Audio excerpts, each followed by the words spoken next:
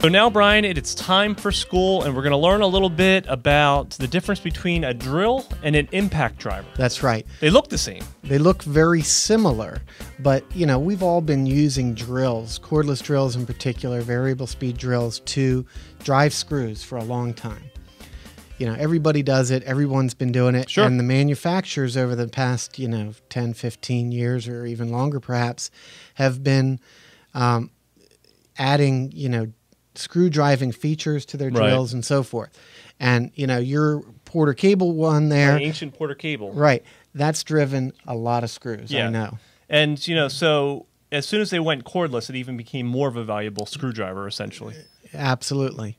So what we're going to talk about today, real briefly, is a new class of driver. It's purpose-built for screws, and it's called an impact driver. Okay. All the manufacturers have these.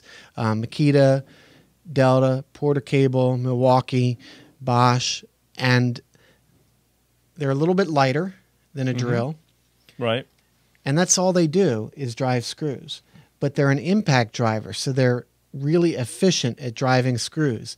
Now, we haven't done this test yet. This is going to be the first time, but I want to take a fully charged drill. Right, lithium-ion, 18-volt Makita drill. Right, and it's on the driver setting, and the impact driver. Also 18-volt lithium-ion. It's from the same family of tools. Yep. Makita. And let's each drive see a how screw, we do. Okay. and we'll see how we do. We'll do it sitting down, all right? We're going to do it sitting down because otherwise our heads will get cut off on this. Hold on. All right, you ready, Paul? Go.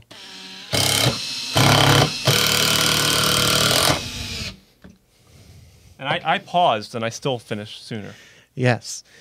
It just went right in. It's a little louder, you notice. Right. It makes sort of a hammering noise. Or, right. As soon as it feels ratcheting resistance, it starts that hammering action. And that's the same kind of action, your mechanic uses when he's taking the tire off your sedan. Right. Right. And but it's much more efficient at driving screws. And the nice thing about the lithium ion is it'll drive screws right up until the battery is dead, and then it won't drive anymore. So as far as what they call the curve or the power curve, it's consistent through the entire life of the tool, and then dies and you change the battery. Well, there's another big difference here, Brian, just in the size. Yeah, look how small it's got it is. the power, but it's really small and handy. It's not as awkward as this big driver or drill. That's right. But what about costs? Well, I looked at these at the True Value the other day. They had a Delta one that made me think, you know what? The impact driver is my favorite tool. And I checked, they carry, they can get any of these if they don't have them in stock. But it's going to be about as expensive as the